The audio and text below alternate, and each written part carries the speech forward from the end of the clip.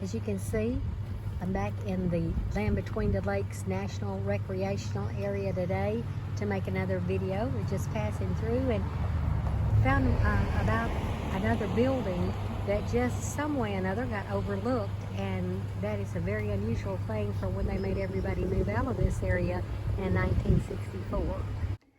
Well, I've reached my destination here in Land Between the Lakes, and I will mention to start with that Land Between the Lakes once was called Land Between the Rivers, but when the two man-made lakes got made, which was Kentucky Lake and Lake Barkley, the name got changed to Land Between the Lakes, or better yet, even known as LBL.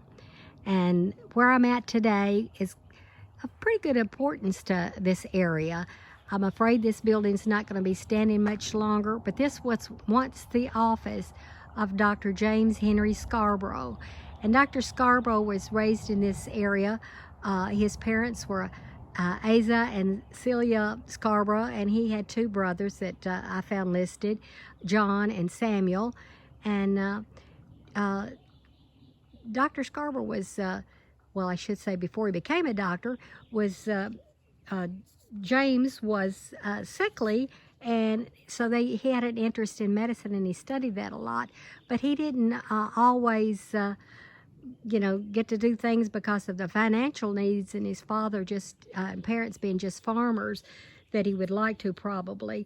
But anyway, I guess that encouraged him to maybe look up medical stuff and all. But in 1856, it is said that he bought stock of drugs, and he bought that on credit, and started one of the first drugstores here in Dover, Tennessee. And we're just a little ways out of Dover. This area is, of course, still Stewart County, Tennessee, but this little community was called Tharp, Tennessee. And he owned this drugstore, of course, before he became a doctor, and they said he would end up selling enough of his drug stocks and saving his money and all to go to medical school. And he went to a Nashville Medical College and did one course. I don't know if you'd call it a semester or what, but he did one course in medicine, and they said from that he was allowed to practice medicine. Hard to believe that you could just go and do one course of medical studies and become a doctor, but he did down here in this area, and this is what remains of his doctor's office. Dr. Scarbor now is a doctor, of course, and he ended up buying this area, the land, farmland, and he had a house across the road from here, but there's only remains of a broken up foundation from when, I guess, the bulldozers came through in 1964 when they were making everybody move from the area. And how his doctor's office got overlooked is very amazing and surprising to the people. And if you look close enough, it looks like that it at one time was painted maybe a barn red or farm colored red, you might call it.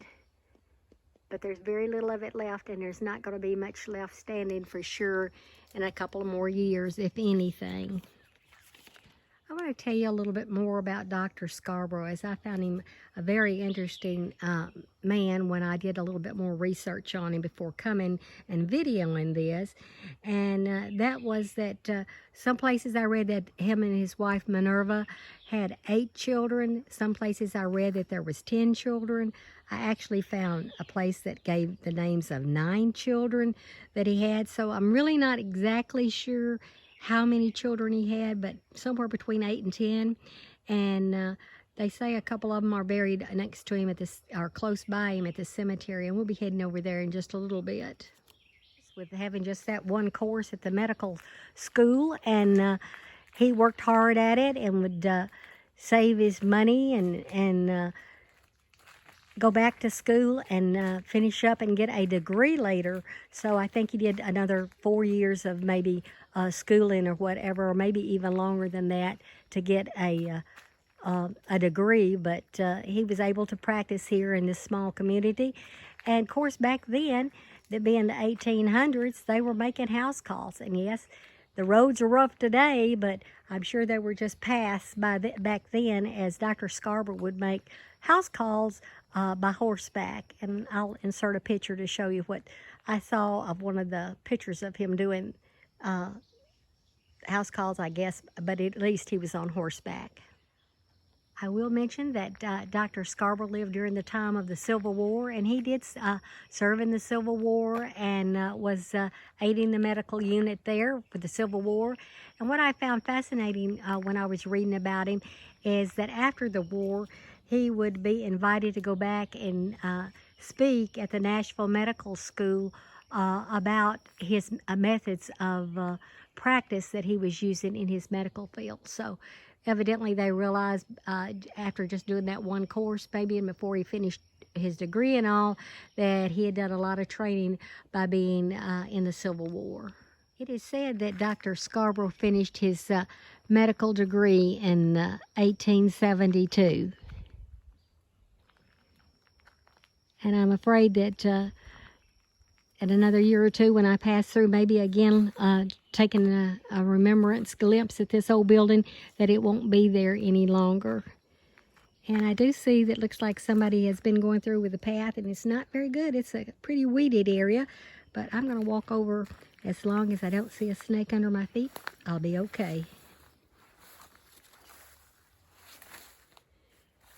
Well, the pathway's not too bad.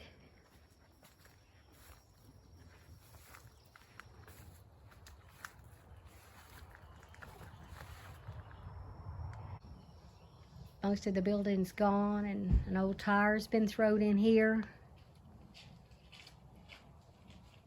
The roof is sagging, so it's in really bad shape. But the good thing is you got to see it before its demise for sure. Looks like the termites have got quite a bit of damage on this board here, but I wanted you to see the color. Like I said, it was maybe a barn colored red, or as some people call it, or just a red or a reddish brown color. It just makes you wonder how many patients he did treat in this doctor's office. The community of Tharp was made to move out of the land between the lakes area in 1964 because of John F. Kennedy flying over and decided that this would be a good place to make a park. And now to the cemetery, which is in downtown Dover, Tennessee. And as you can see, as we exit the road where the doctor's office is, the roads are really rough, and it's best if you've got a truck, especially a four-wheel drive vehicle would be great. We've parked and walked over to the cemetery by the First Christian Disciples of Christ Church. And if you look to the very first grave on the left by the pillars coming up, you're going to see that of Nance. Annie Nance was the daughter of Samuel Scarborough, the brother to Dr. Scarborough, and that would make her the niece of Dr. Scarborough. And we're going to go up just a little bit farther and look at the rest of the graves. At the corner of the back part of the church, you're going to see a couple of Scarborough graves here. So we'll take a look at those.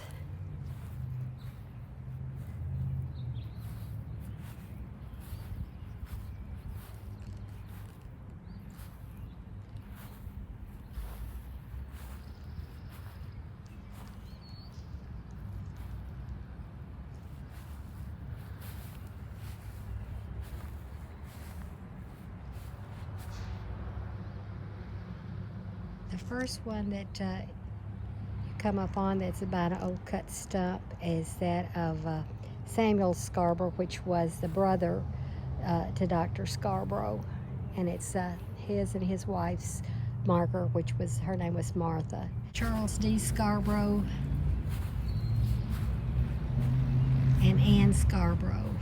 And they were children of Samuel, which was the brother to Dr. Scarborough, so the niece and nephew of Dr. Scarborough. Of course, the tallest marker, there's one almost that tall in the cemetery, is that of Dr. James Henry Scarborough.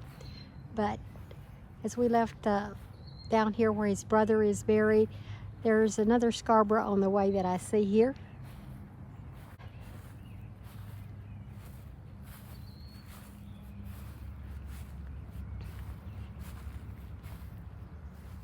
It says it's John O. and Emily R.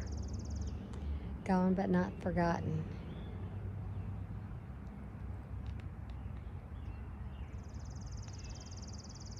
But the main reason we're here at the cemetery is to see the grave of Dr. Scarborough. So let's head on up closer to that. And from pictures I've seen and read about, there should be a picture if they've replaced it, because at one time they said it was torn away of Dr. Scarborough on it. So let's hope it's been replaced today for you to see.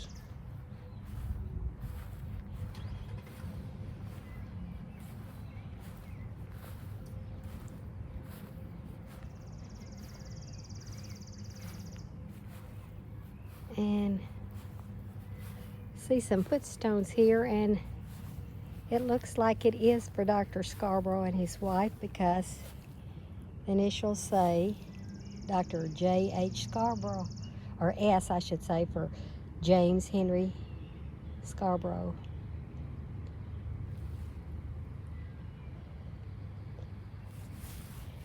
And there's a small marker in between. I can't see if it's had any carvings on it or anything.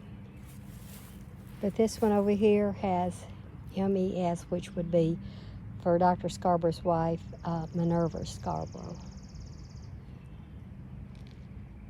And since we're on the outside of the fence row and this one's looking forward, it looks like it would be easier to read from this angle. And that is of James and his wife, Daisy Scarborough. And James H. was one of Dr. Scarborough's children.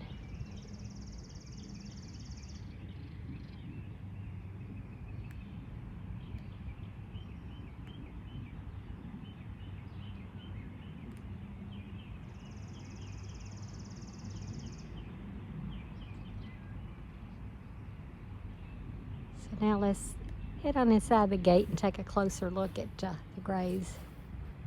And there's a couple of flags on, or I should say around the marker here, the big main one. And they look like they need to be replaced. And of course one of them's an American flag and the other one is representing, I'm sure, that he was in the Confederate Army.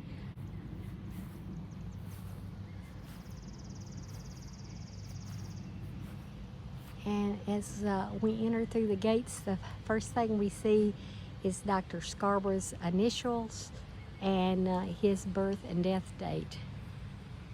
And he was 76 when he passed away. Now let's see on the other side.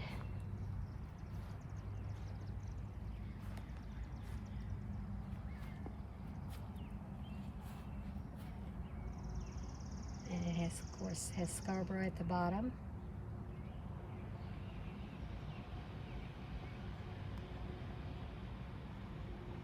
And there's an emblem of the membership group he was in. But we're in luck. Looks like they have replaced his picture upon the marker. And hopefully that's good enough, with me having to lift my gimbal up real high for you to see the picture.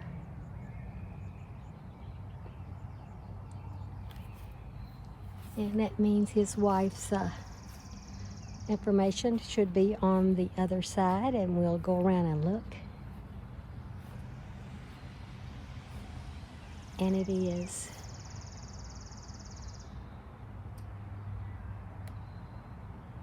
And that's M.E., wife of Dr. J.H. Scarborough. And as I said, her name is Minerva, or was Minerva. born March 19, 1843, died November the 31st, 1912. There's a couple more markers in this family plot that's got a fence around it, and I'll mention who they are. From what I've read, this Estelle Scarbor was the grandchild of Dr. and Minerva Scarbor, and she was James's daughter. And there's two more markers, and we'll take a look at those. And I did do research on some of the family history, but not all. At the corner lot down in the fenced-in area is that of Maddie S. Lane, born 1886, died 1965. She was the daughter of Dr. Scarbor and his wife Minerva. And as we go from the corner of the one that has Dr. Scarbor's daughter Maddie on it, we come up on one that is another daughter of Dr. Scarbor's, and her name was Elizabeth, but she went by the name of Lizzie, and her husband's initials are BF. I will try to find out the full name on it for you, and the last name, of course, is Riggins. Well, we're going to head on back out the gate and back to the truck. As I end my video for today, I'd like to say thank you so much for watching, and have a good day.